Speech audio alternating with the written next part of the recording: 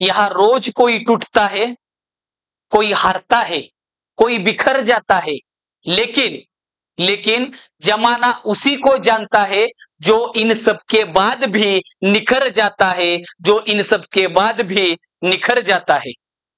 मित्रांनो, ही आत्ताची जी शायरी होते ते खास आत्ता जे 2024 मध्ये आपली जी भरती झाली त्या भरतीमध्ये जे लोक 1 मार्कानं 2 मार्कानं अपयशी झाले होते, ज्यांचा 1-2 मार्कानं रिझल्ट गेला होता, काही लोकांचं फिजिकल चांगलं होतं पण ऐन टाइमला पेपरला किंवा फिजिकलला गेल्यानंतर काहीतरी अडचण आली, त्यामुळे तो फिजिकल नीट देऊ शकला नाही.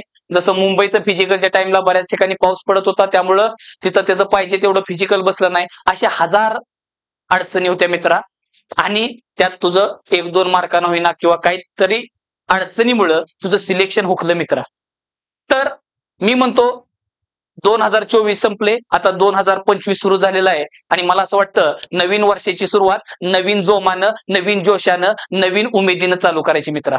झालं गेलं गंगेला मिळालं म्हणायचं, रात गई बात गई, आणि आता पुन्हा एकदा नवीन ताकदीनं आपल्याला कामाला लागायचं मित्रा. जर तुम्ही आपलं जे काही रिझल्ट गेला 1 मार्कानं 2 मार्कानं, तर मला असं वाटतं की बाबा तू स्वतःच एकदा अनालिसिस करायला पाहिजे होतं की बाबा आपण नेमकं कुठं चुकलो, कुठं कमी पडलो.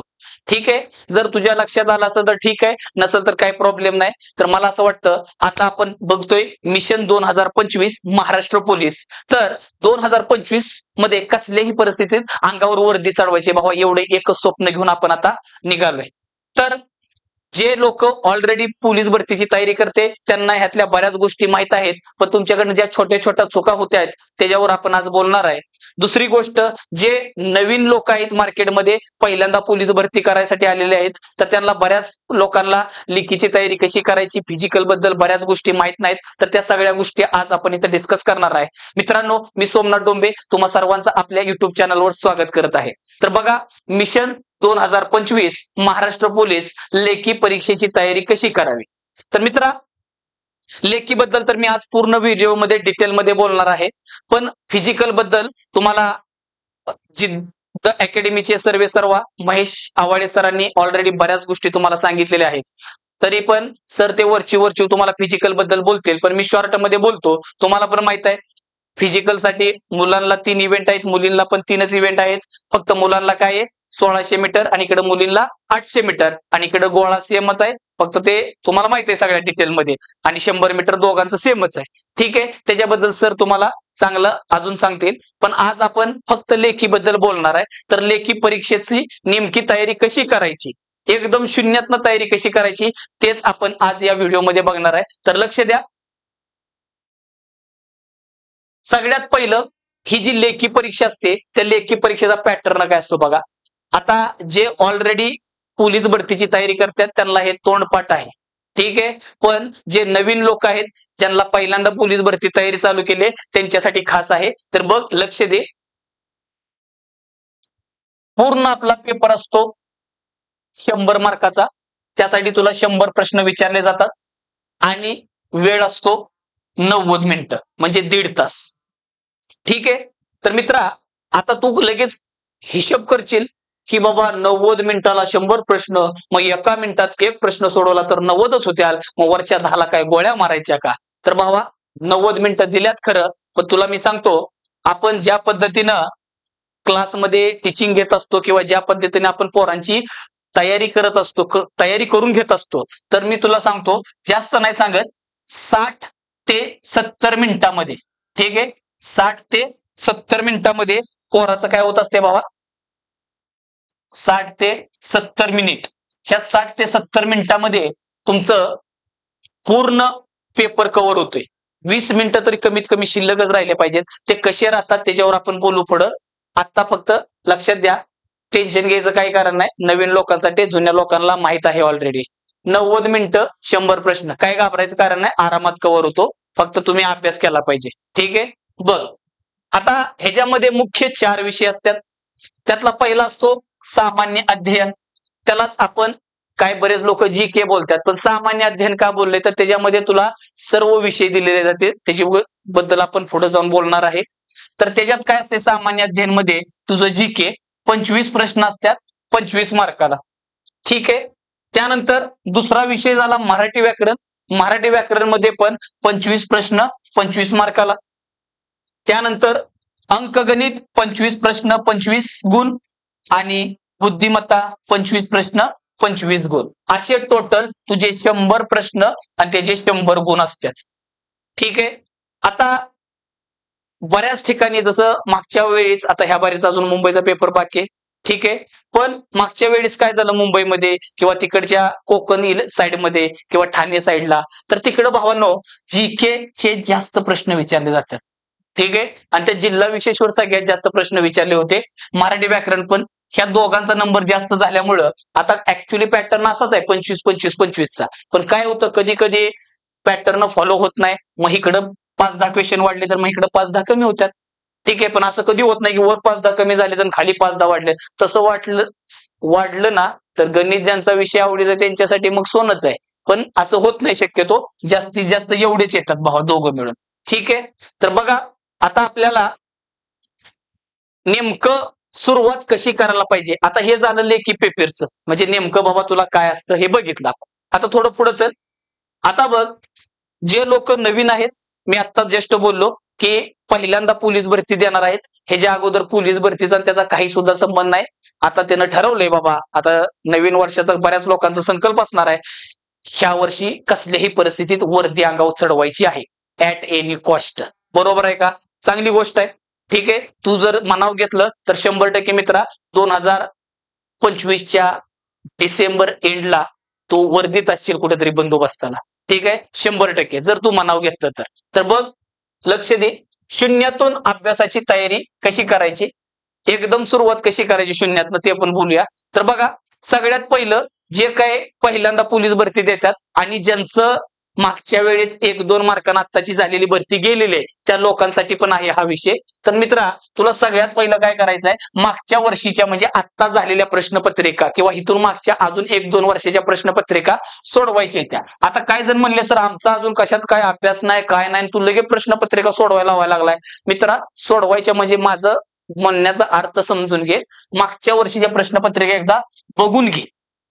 कमीत कमी वाचू तर शकतो, कमीत कमी वाचू शकतो का नाही.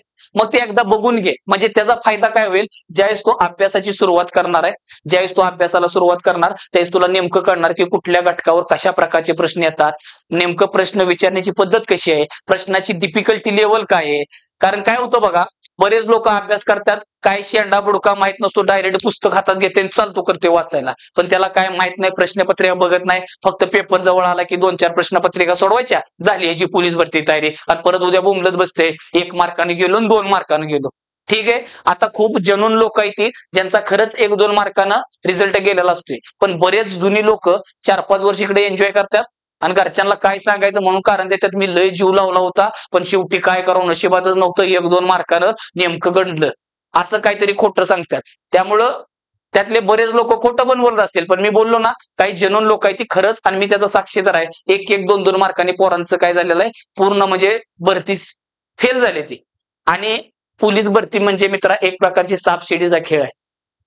तुम्ही लहान असताना सापशिडी खेळला असाल, जसं की ते जसं ते सोंगट्या टाकलं आणि ते पुढं जातून मध्येच कुठंतरी साप येतो आणि गिळले की डायरेक्ट खाली एकदम तळघरात आणून सोडतो. बरोबर आहे का? तसाच आहे. 1 मार्काने गेला म्हणजे असं समजायचं 99च्या घरात एक मोठा लाट साप असलाय असा फणा काढून, आणि तू जर तिथं गणला 1 मार्कानं डायरेक्ट परत शून्यापासून चालू करायचं. म्हणजे परत तेच ग्राउंड, परत तेच सकाळी उठायचं, परत ऊन वारा पाऊस बघायचा नाही, लेक्चर करायची, दिवस लॅबमध्ये बसायचं, ह्या गोष्टी कराव्या लागतात. त्यामुळे मला असं वाटतं की 2025ची जी काही भरती ती तुझ्या आयुष्यातली शेवटची भरती असं समजून मित्रा उतर.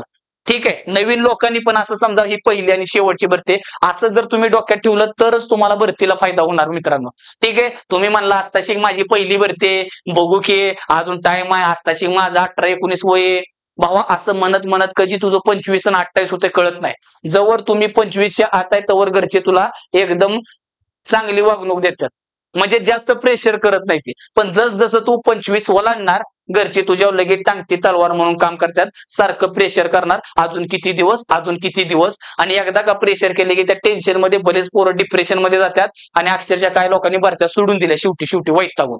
तर असं कुणावर व्हायला नाही पाहिजे. म्हणून तुझी आयुष्यातली पहिली आणि शेवटची भरती असं समजून तू उतर, आणि ज्या लोकांनी ऑलरेडी दिले त्यांनी समजायचं आपली आयुष्यातली शेवटची भरती आहे, मग कसं काय अभ्यास होत नाही बघूया आपण. ठीक आहे, तर बघ त्यासाठी तुम्ही काय सांगितलं, प्रश्नपत्रिका एकदा वाचून घ्या, त्या बघा कशा प्रकारचे प्रश्न आले. मग नेमकं जीके मध्ये म्हणजे तुझं सामान्य अध्ययनावर कुठल्या घटकावर कसे प्रश्न येतात, इतिहासमध्ये कसे येते, भूगोलात कसे येते, राज्यशास्त्रामध्ये कसे येते, अर्थशास्त्रातलं काय आलंय, विज्ञानाचे प्रश्न कसे येते. ठीक आहे, ह्या सगळ्या गोष्टी समजून येतात तुला. त्यानंतर दुसरं एकदम सगळ्यात महत्वाचं म्हणजे साधी गोष्ट आहे ना, आपल्याला एखाद्या कुठल्या तरी मोहिमेवर लढायला जायचंय. मग लढायला जाताना पहिल्यांदा काय असते, ट्रेनिंग असते. ठीक आहे भाऊ, कुठलं पण जा, तुला सगळ्या आपल्या मावळ्यांना पण महाराज ट्रेनिंग देतच होते, बरोबर आहे का. एकदम उठला गेला तलवार घेऊन कापत बसला असं होतंय का हो? नाही, सुरुवातीला ट्रेनिंग असते, बरोबर आहे का. आणि त्यानंतर मग तुला ते मोहिमेत सोडलं जातं. तसंच भावा काय होतं, आपलं पोलीस भरतीचं लढाईचं मटेरियल म्हणजे काय मित्रा, एकदम स्टँडर्ड स्टडी मटेरियल, दर्जेदार पुस्तकं पाहिजेत भावा. त्याशिवाय तुला जमणार नाही. कारण काय होतं, आता मार्केटमध्ये ढिगाणं पुस्तक आहे ती. मी कुठल्या पुस्तकाबद्दल काय तुला जास्त म्हणजे सांगत नाही हे चांगलं वाईट असं नाही, सगळ्याच लेखकांनी चांगली पुस्तकं लिहिली आहेत. थोडं 19-20 असते, ठीक आहे. तर त्यातल्या त्यात आपल्याला चांगल्या क्वालिटीचं मटेरियल वापरायचं आहे. आणि मला असं वाटतं, ते म्हणतात ना, एक ना धड भाराभर चिंध्या, असं नाही व्हायला पाहिजे. काही लोक काय करतात, 5-50 पुस्तक घेऊन येतात. हे जमव जीकेचे 4 ठोकळे घेऊन आला, व्याकरणाचे 2-3 पुस्तक आणले, गणिताचा तर ढिगच लावला, बुद्धिमत्ताचा त्या शेजारी दुसरा ढिग लावला, आणि एवढं सगळं घेतंय, नुसतं त्यात बघत बसते. लॅब मध्ये गेलं की कडू काय करते, इकडे एक थापी लावते, इकडे एक थापी लावते, मध्ये जाऊन बसते आणि अर्ध्या तासात देते ताण. मग असं काही कामाचं नाही. मी म्हणतो एक पुस्तक तुम्ही जे आहेत ना, एका विषयासाठी 10 पुस्तकं एकदा वाचण्यापेक्षा एक पुस्तक 10 वेळा वाचा मित्रांनो, कायम फायद्यात राहशील. त्यासाठी तुम्हाला काय करायचंय, एकदम स्टँडर्ड स्टडी मटेरियल वापरायचंय. कुठलं घ्यायचं, काय करायचं त्याबद्दल आपण बोलूया. पण सगळ्यात महत्वाचं काय, चांगल्या क्वालिटीचं मटेरियल पाहिजे. ठीक आहे, तर आता बघा, लक्ष द्या पुढं. आता सगळ्यात पहिलं आपण सामान्य अध्ययन बद्दल बोलूया, जो सगळ्यात पोरांचं डोकं खातो, सगळ्यात जास्त टाइम पण खातो आणि सगळ्यात कमी मार्क देतो. ठीक आहे, आता जे लोक आर्ट बॅकग्राऊंडचे आहेत किंवा लहानपणापासून त्यांना इतिहास भूगोलाची आवड आहे, अशा क्वचित लोकांना हा विषय आवडतो बरं का. नाहीतर 100 मधले 70% लोक काय करतात, सामान्य अध्ययनाला जरा त्याला असं, कारण त्याला वाटतं की काय काय पाठ करायचं आणि काय काय ध्यानात ठेवायचं. बरं, मी जे पाठ करतोय ते पेपरात दिली ह्याची गॅरंटी नाही ना, धड तुला आहे ना माहितच नाही ना. त्यामुळं ढिगभर करायचं आणि त्यातलं येणार आहे कणभर. ठीक आहे, त्यामुळं लय मोठा वास्ट सिलेबस आहे ह्याच्यामध्ये. तर बघा, सामान्य अध्ययन मध्ये काय काय असते भाऊ, एक असेल तुझा इतिहास, ठीक आहे. त्यानंतर भूगोल, त्यानंतर तुझं काय राहणार आहे, राज्यशास्त्र, क्वालिटी म्हणतो आपण त्याला.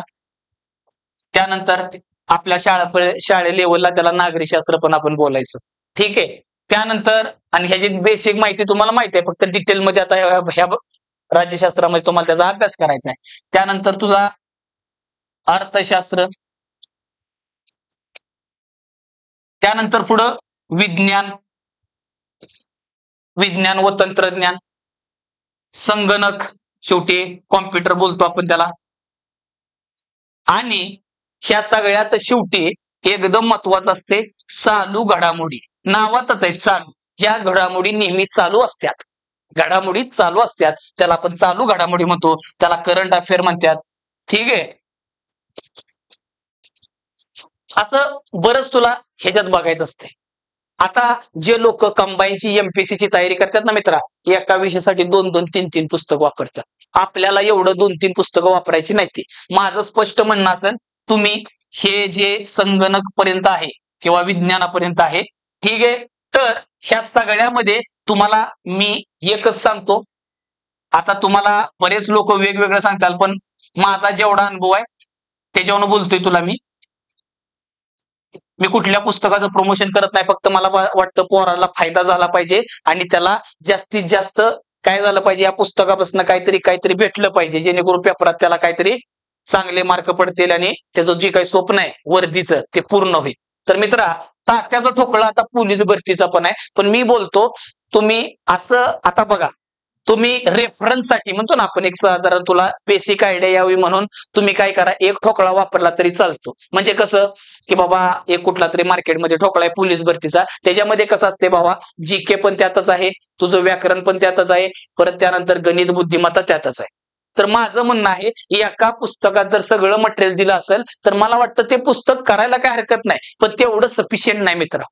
ते कर, मी नाही बोलत नाही, ते कर, पण काय होतं तू प्रत्येक ह्याच्यासाठी सेपरेट, मी आता म्हणत नाही इतिहासाचं सेपरेट घे, भूगोलाचं सेपरेट घे, पण ही त्याचा जो कंबाईनचा ठोकळा त्याला आपण PSI चा ठोकळा बोलतो आहे का नाही, कंबाईन म्हणून आपण त्याला.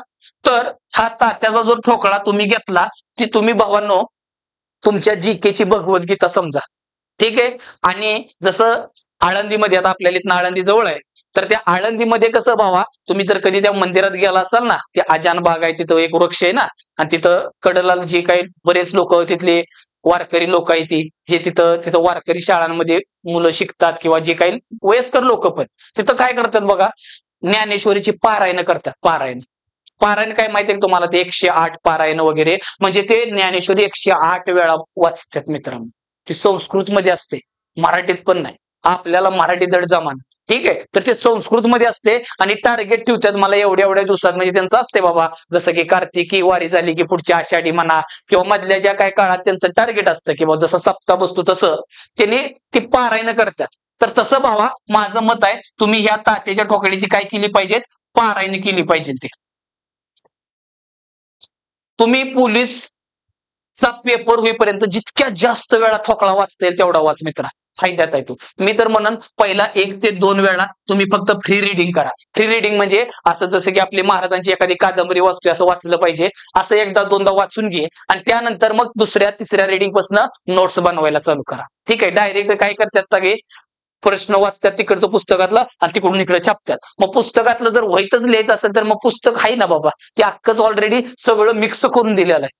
ठीक आहे, सगळं मिक्स करून दिलेलं आहे. त्यामुळं तुला जास्त वेगळ्या नोट्स काढायची गरज नाही. फक्त त्यातल्या काही फॅक्च्युअल गोष्टी असलेल्या, म्हणजे काही तारखा असलेल्या, काही सनावळ्या असलेल्या इतिहासातल्या किंवा भूगोल मधल्या काही किमती असलेल्या, जसं की भारताचं क्षेत्रफळ, महाराष्ट्राचं क्षेत्रफळ, ठीक आहे, लांबी रुंदी जे काही इकडं तिकडं, त्या सगळ्या गोष्टी तुला पाठ करायच्या असते. मग त्या गोष्टी तुला लिहून काढायच्या. बाकी काय त्या पुस्तकात आहेच आणि तिथल्या तिथं तू नोट करू शकतो. पण हे कधी 1 ते 2 वेळा मित्रा फ्री रिडिंग झाल्यानंतर हे सगळं करायचं. आता काय जर म्हणले सर त्या ठोकळा 1000-1500 पानाचा आहे, मग मी 1 वर्ष लागल मला वाचायला. मग बाबा जर तुला ते ठोकळा वाचायला 1 वर्ष लागलं तर मी म्हणतो तू तयारीच करू नको. बाबा टार्गेट ठेवायचं, रोज 50 पानं करायची, ती रोज 70 पानं, 80, प्रत्येकानं आपल्या कॅपॅसिटीनुसार. ठीक आहे. पुढे मी स्टडी प्लॅन मध्ये ते बोलणार आहे, पण डोक्यात राहू दे की आपल्याला 1 महिन्याच्या आत 1 ठोकळा उडवायचा. ते पूर्ण ठोकळा 1 महिन्याच्या आत संपवायचं एकदा. ठीक आहे. जसजसे तुझे नंबर ऑफ रिडिंग वाढतील, नंबर ऑफ रिपिटेशन्स होतील, त्याचा टायमिंग कमी कमी होत असतो मित्रा. एकदम डायरेक्ट पहिल्या दिवशी पहिल्यांदाच जिंदगीत वाचायला लागलाय तर त्याला काही समजणार नाही. तर माझं म्हणणं आहे तुम्ही काय करा, सुरुवातीला 1दा-2दा त्याला फ्री रिडिंग करा आणि 1दा-2दा फ्री रिडिंग केल्यानंतर मग नोट्स वाचायला. कारण काय होईल, 1दा-2दा तू वाचलं ना, तुला नेमकं त्या पुस्तकातला आढावा येईल की नेमकं बाबा काय प्रकार आहे. तुला भूगोल मी जर म्हणलं ते एकदा पूर्ण पुस्तक वाचून झाल्यानंतर मी म्हणलं बाबा 10 मिनिटं बोल रं, तू 100% 10 मिनिटं काय ना काहीतरी माहिती सांगशील. येते लक्षात, इतिहासातलं थोडंफार सांगशील, ह्याच्यातलं काहीतरी सांगशील, प्रत्येकातलं थोडं थोडं काहीतरी सांगू शकतो. तसंच तुझे नंबर ऑफ रिपिटेशन वाढले की फायदा होणार आणि दुसऱ्या-तिसऱ्या रेडिंग पासून नोट्स बनवायला चालू करायची. ठीक आहे. आणि हे जे खाली आहे चालू घडामोडी मित्रा, मार्केटमध्ये कुठलं पण लेटेस्ट पुस्तक, फक्त काय करायचं, आता तुझी भरती जेव्हा सुटणार ना, तिथून मागचे 1 वर्षाचे 6 महिने मी बोलत नाही, कारण बऱ्याच वेळा मागचा पण एखादा प्रश्न येऊ शकतो. तर चालू घडामोडीसाठी काय करायचंय तुला, 1 वर्षापूर्वीचे जेवढे पण प्रश्न आहेत तेवढे सगळे बघायचे. ते तुम्ही डायरेक्ट काय करा, भरती जाहीर झाली आता चालू घडामोडी करायची गरज नाही, कारण ते नावातच आहे चालू घडामोडी, दिवसेंदिवस बदलत जाते त्या. तर पेपर आला की 1-2 महिने आधी मार्केटमध्ये जे लेटेस्ट पुस्तक येते ते घ्यायचं आणि ते सगळं टाकायचं रटून म्हणजे नुसतं वाचलं तरी डोक्यात राहते. 2-4-5-6 वेळा वाचायचं, रोज अर्धा तास वाचलं तरी ते काम होऊन जाते. त्यामुळे त्याला एवढा काही टेन्शन नाही. मग त्यातनं पण काही महत्वाच्या गोष्टी असतील तर तेवढ्या साईड बाय साईड नोट करायच्या. ठीक आहे. तर सामान्य अध्ययनमध्ये सगळ्यात महत्वाचं काय सांगितलं तुला, तात्याचा ठोकळा घे मित्रा. तात्याच्या ठोकळ्यानं जर केला तर मला वाटत नाही पोलीस भरतीच्या लेखीमध्ये तुला काही दम राहील. ठीक आहे. ते एका पुस्तकात सगळे विषय दिले, ती सगळे हे ते तसं नाही बरं, अख्खं गणित वेगळं, बुद्धिमत्ता, ते महाराष्ट्र पोलीस भरतीचा एक त्यांचा ठोकळा आहे. ती घ्यायचं असेल तर घे, मी नाही बोलत नाही, पण मला असं वाटतं की आता 1-2 मार्कांना आता कवर राहायचं, त्यामुळे नवीन लोकांनी आता सुधरा. ठीक आहे. हे केले तर बाबा तुझी जरा कमी PSI ची तयारी होते. येते लक्षात. त्यामुळं ही 1 नंबर आहे. त्यानंतर मराठी व्याकरण, आता मराठी व्याकरणामध्ये भावानं दोन विषय असते, दोन पार्ट. एक असते पूर्ण व्याकरण, एक असते सगळं व्याकरण, आणि दुसरं असते शब्द. ठीक आहे. तर हे जे व्याकरण आहे, तर माझं म्हणणं असेल, आता परत स्टँडर्ड पुस्तकाबद्दल बोलतोय आपण, तर व्याकरणासाठी मला वाटतं तुम्ही बाळासाहेब शिंदेचं सरांनी 1 नंबर पुस्तक काढले, तुम्ही बघा मार्केटमध्ये सगळ्यात जास्त व्याकरणासाठी चाललंय. मी ह्याच्या व्यतिरिक्त बाकीचे पण पुस्तक आहेत, पण मी त्याला का नाही बोलत बाबा, आपण एमपीएससी तयारी करतोय का, ती मोरा वाळंबे वगैरे तू घेण्याबद्दल मला काही अडचण नाही. पण मला असं वाटतं की बाबा पोलीस भरतीची लेवल बघून तरी तुम्ही करा. एवढं पुस्तक मी म्हणतो, या पुस्तकाच्या बाहेरचं काय करू नको. बाळासाहेब शिंदे यांचं जे काय मराठी व्याकरणाचं पुस्तक आहे मित्रा, ते पूर्णच्या पूर्ण 1 नंबर करून टाकायचंय. ठीक आहे. तर काय करायचं, एक टॉपिक सुरुवातीला आता तिथं काय दिले, भाषाविषयी माहिती दिलेली. मग ती भाषाविषयीची सगळी माहिती, आणि तिथं खालीच लगेच त्या धड्यावरचे प्रश्न दिलेत मित्रा, परीक्षेला आलेले, कुठं कुठं आलेले ते सगळे. त्यामुळं पहिल्यांदा रोज एक धडा हातावर घेत जा. एक धडा म्हणजे रोज एक धडा केल्यानंतर लगेच संपून जाईल, ती एका दिवसात होणार नाही. नुसतं वाचायचं नाही, ते समजून पण घ्यायचं, नियम छोटे छोटे असतात. तर एक धडा हातावर घेतला की तो कंप्लीट झाला, मागचे प्रश्न सोडवायचे, परत दुसरा धडा, असं करत करत तुला हे सगळं संपवायचंय. मग हे पुस्तक तेवढं छानपैकी कर, आणि ह्याच्यामधले शब्द दिले तिकडं. फक्त काय करायचं, तू जो काही व्याकरणाचा अभ्यास करणार आहे, त्यात कमीत कमी 30 ते 40 मिनिटं तू शब्दासाठी काढायची.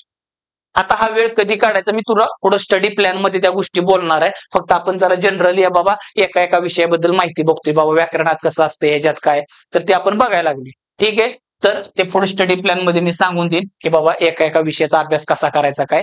त्यासाठी फक्त आता बोलतोय मी, व्याकरणासाठी तुम्ही बाळासाहेब शिंदेचं पुस्तक घ्या, 1 नंबर आहे पुस्तक. त्याच्या बाहेरचं तुम्ही काय करू नका पोलीस भरतीला. ठीक आहे. पुढं आता आला विषय आपला अंकगणित व बुद्धिमत्ता. ठीक आहे. तर मित्रा, हे जे 2 विषय आहेत, आता तुम्हाला स्पष्ट सांगतो, तुम्ही काय पण म्हणा, हे विषय सेल्फ करणं मुश्किल आहे मित्रा. एक वेळ तू व्याकरण आणि जीके स्वतः वाचून करू शकतो. गणित बाबा काय वाचणार, किती बरं पाठ करायची ती का गणित, बरं पाठ केलेलं गणित हाय असं येतं का. त्यामुळं हे तुला कुणीतरी शिकवणार पाहिजे. मी म्हणत नाही तू माझ्याकडे ये. ठीक आहे. आता गणित बुद्धिमत्ताचा मास्तर आहे म्हणून मी बोलत नाही की माझ्याकडे या, तू मार्केटमध्ये तुला जिकडं आवडेल तिकडं कर, मला त्याच्याबद्दल काही प्रॉब्लेम नाही. पण हिथं तुला कुणाचं तरी मार्गदर्शन, मग ते मॅटर करत नाही ऑनलाईन मीडियम आहे का ऑफलाईन आहे. ठीक आहे. ऑनलाईन ऑफलाईन तुला जसं सोयीचं पडेल तसं कर, पण करण्याशिवाय पर्याय नाही. ठीक आहे. तर तू काय करायचे, ज्या शिक्षकाकडे तू शिकत आहे गणित बुद्धिमत्ता, त्यांची क्लास नोट्स सगळ्यात पहिलं ध्यानात ठेव.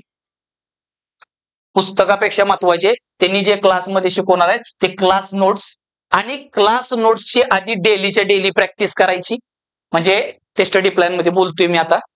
ठीक आहे. क्लास नोट्स मध्ये जे काय सरांनी शिकवलेलं आहे डेलीच्या डेली, फक्त क्लास चुकवाय नाही पाहिजे, ते सगळंच्या सगळं करायचं. आणि त्यानंतर मागील प्रश्नपत्रिका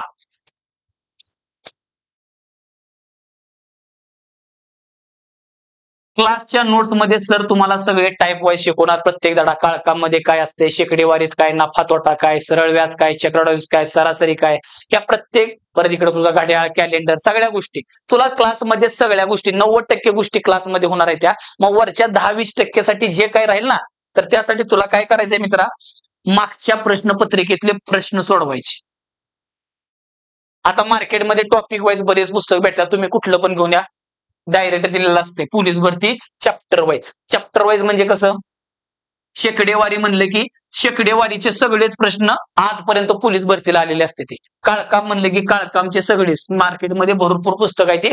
त्याला आता कुठल्या लेखकाचं नाव सजेस्ट करत नाही, तुम्हाला जे पाहिजे ते घ्या, सगळे सारखे, कारण काय त्यात विशेष काहीच नाही. मागच्या वर्षीचे प्रश्नपत्रिका सगळ्यांचा प्रश्न तर तोच आलता. समजा 2019च्या भरतीला जो प्रश्न आला सगळ्या पुस्तकात तोच असणार आहे.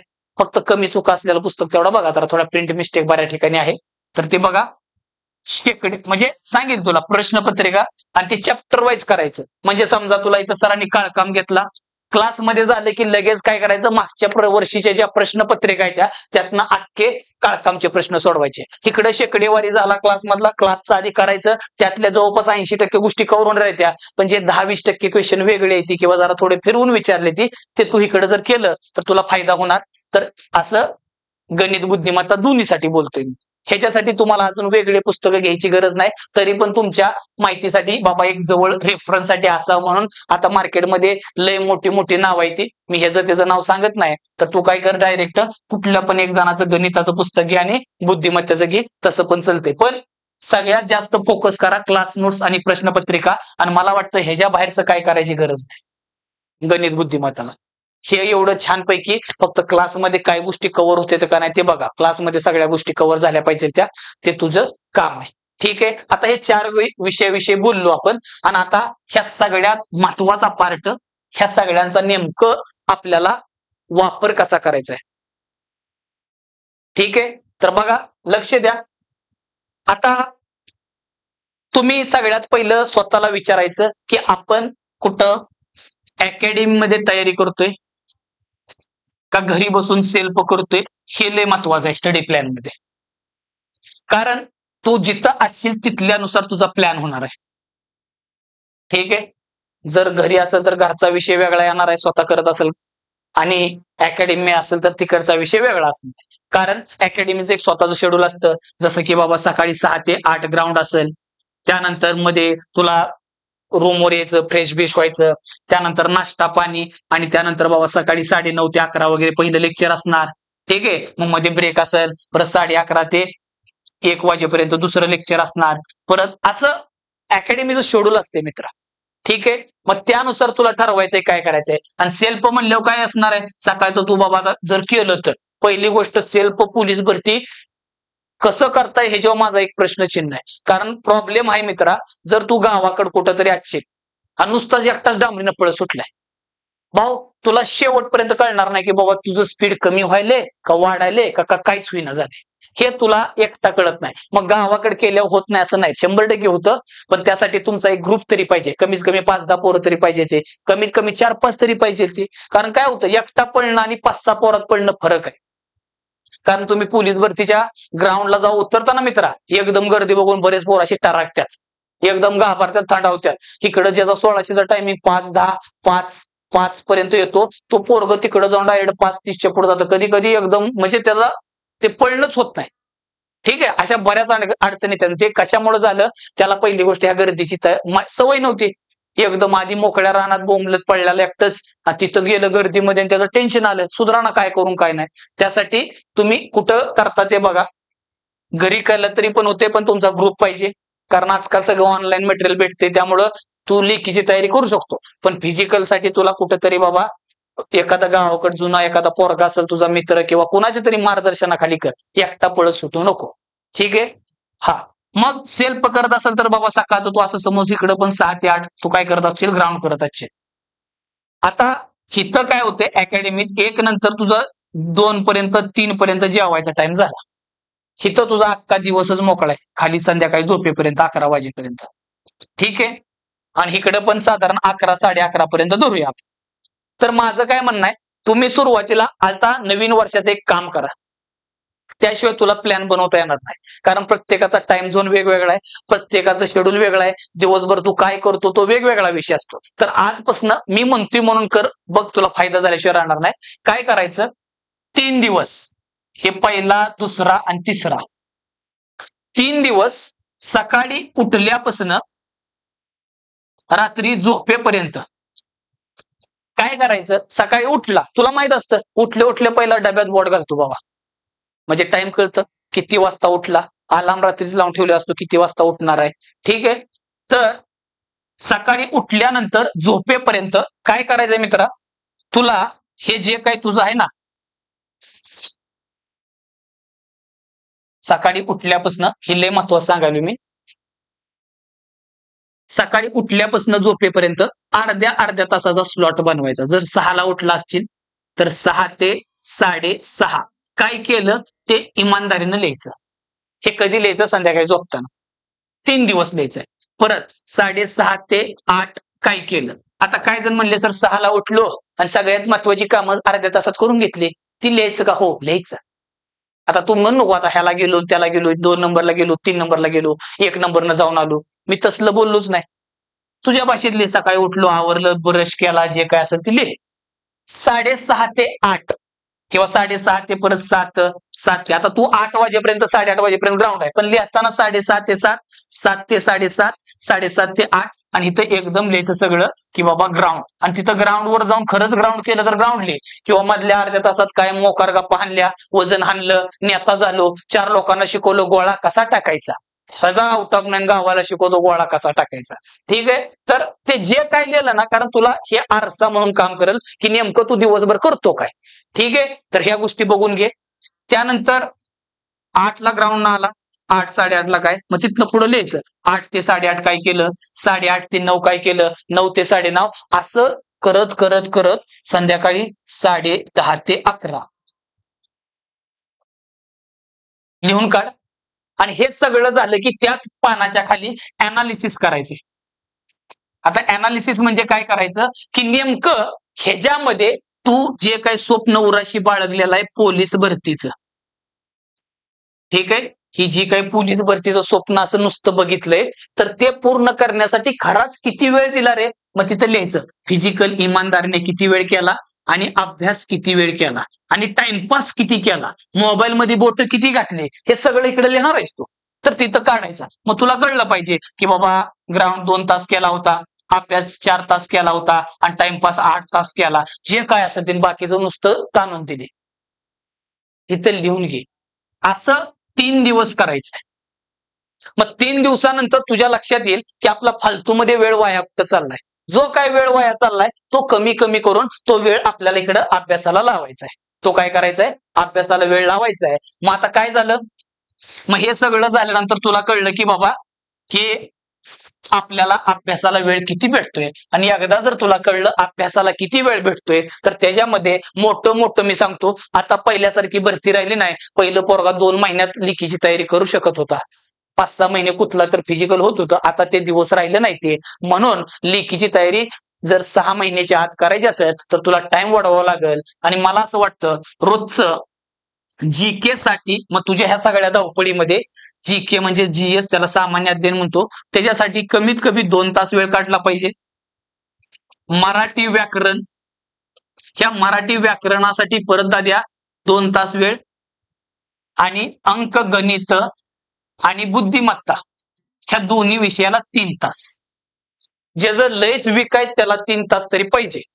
ठीक आहे, असं करत तुला रोजचं कमीत कमी 6 ते 7 तास, एखादा इकडे कमी केला तरी 6 ते 7 तास अभ्यास करायलाच पाहिजे. काही जण म्हणले सर मला वेळच नसतो, आमच्या अकॅडमीत 4-4 आणि 6-6 वाजेपर्यंत लेक्चर असतात. मग ती मागाचं काय सांगितलं तुला, मग एकदम मी म्हणत नाही तुला 7 तास टाइम भेटणार, तुला असा तुकड्या तुकड्यात टाइम भेटणार. म्हणजे सकाळी अर्धा तास भेटला, परत दुपारी 1 तास भेटला, संध्याकाळी परत 2-2.5 तास भेटला, तर असा एकत्र भेटणार नाही. मग काय करायचं, त्यानुसार तू प्लॅनिंग करायचं. जसं की मराठी व्याकरण, मराठी व्याकरण मध्ये आपण 2 तुकडे केलं होतं, एक शब्द आणि दुसरं व्याकरण. जेव्हा तुला मोठा टाइम भेटतो 1-2 तासाचा, 1-1.5 तासाचा, त्यावेळेस व्याकरण करायचं. 30-40 मिनिटं भेटले तर त्यात शब्द करायचे. या शब्दामध्ये समानार्थी विरुद्धार्थी शब्द तोंडपाठच करायचं मित्रा. पण म्हणी किंवा वाक्यप्रचार ते वाचून वाचून लक्षात राहतात, कारण तिथे 4 ऑप्शन असतात, तुला अर्थ कळतो बऱ्यापैकी. आणि वाचून वाचून इतकं वाचायचं की त्याच्या आईला डोक्यात असं छपलं गेलं पाहिजे. सगळ्या गोष्टी पाठ करत बसला तर भावा मेंदू जसा भोगा होईल भोगा. एक दिवशी वैतागून तू स्वतः अभ्यास करायचा बंद करशील. ठीक आहे, त्यामुळे रटत नाही बसायचं, पण समानार्थी शब्द विरुद्धार्थी शब्द पाठ करायचे. मग टार्गेटच ठेवायचं, रोज सकाळी उठलं ना किंवा आदल्या रात्रीच काय करत जा, एक डायरी बनव छोटीशी, आणि त्या डायरीमध्ये 10 शब्द लिहून ठेवत जा.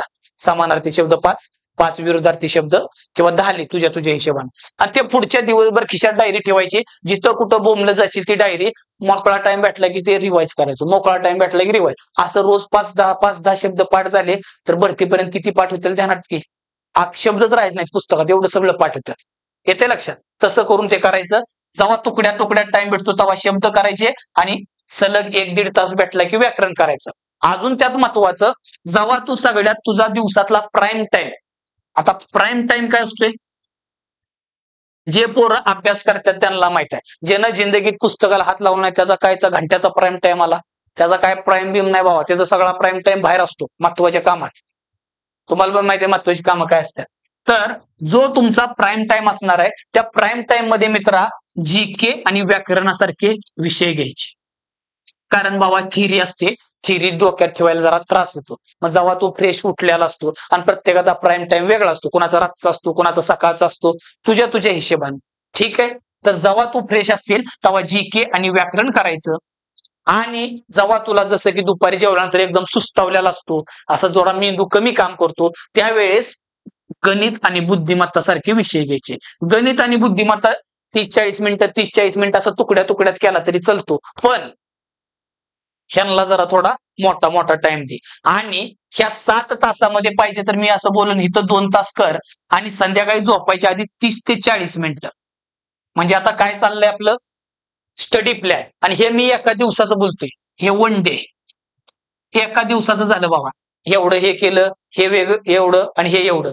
आणि संध्याकाळी 30 ते 40 मिनिटं 1 तास फक्त काय करायचं, सकाळपासून संध्याकाळी झोपायच्या अगोदर जे काय केलं तुझी डायरी लिहायच्या अगोदर किंवा डायरी लिहिल्यानंतर डायरी म्हणजे हे मगाचं बोललं 3 दिवसापर्यंत आहे, रोज लिहित नाही बसायचं. 3 दिवसात तुला कळणार की नेमका तुझा टाइम कुठं वाया किती चालला काय त्यासाठी.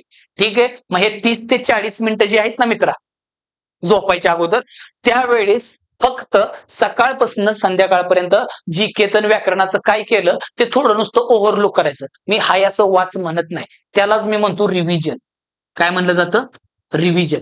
म्हणजे तू एका दिवसाची रिव्हिजन करायची. सकाळपासून संध्याकाळपर्यंत काय केलं बाबा, व्याकरणातलं नामाचे 2-4 नियम महत्वाचे होते ते नुसतं नजर खालनं टाकून दे. जीके मधले एखादा बाबा इतिहास वाचत असेल किंवा मराठ्यांचं बाबा चालू आहे काय काय, तर मराठ्यांच्या काळामध्ये कुणाचं काय काय चालतं ते तू वाचतोय, तर त्यातल्या 2-4 गोष्टी काय महत्वाच्या होत्या तेवढ्या एकदा ओव्हरलुक करायचं. 30-40 मिनिटात फक्त एक धावता आढावा. 10वीला आठवा ना, 10वी-12वीला पेपरच्या आधी 15-20 मिनिटात कशी पानं चाळायचं शेवटी, आठवते?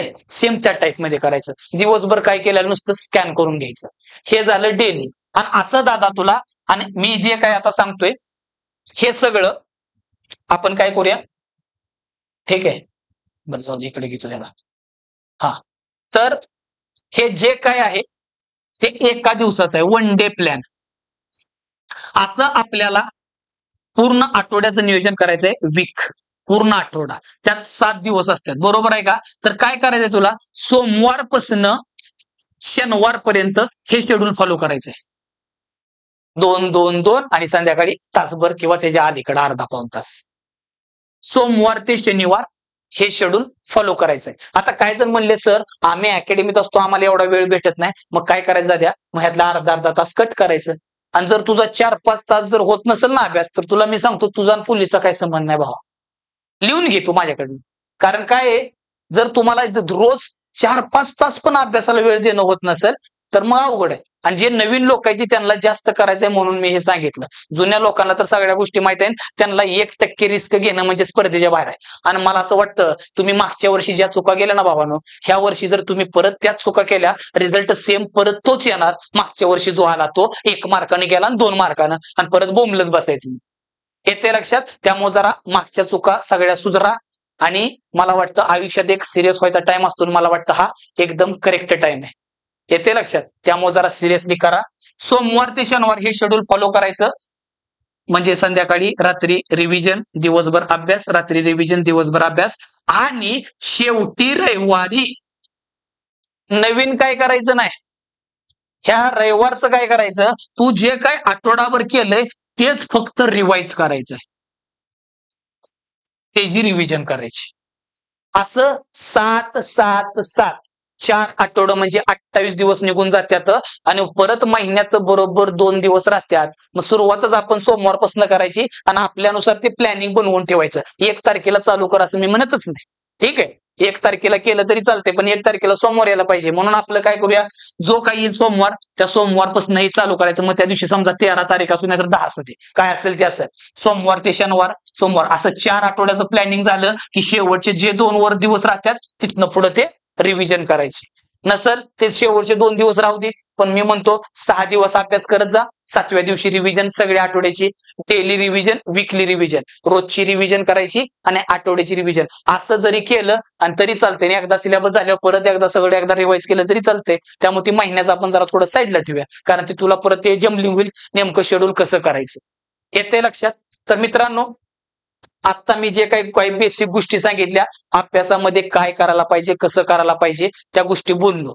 तर तुम्हाला आज हे जे काही मी सांगितलं कसं वाटलं ते तुम्ही मला कमेंट करून सांगा. ठीक आहे.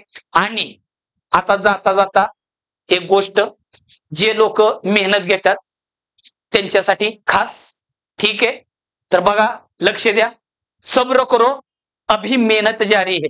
सब्र करो, अभी मेहनत जारी है. वक्त खुद कहेगा अब तेरी बारी है. वक्त खुद कहेगा अब तेरी बारी है. धन्यवाद. जय महाराष्ट्र.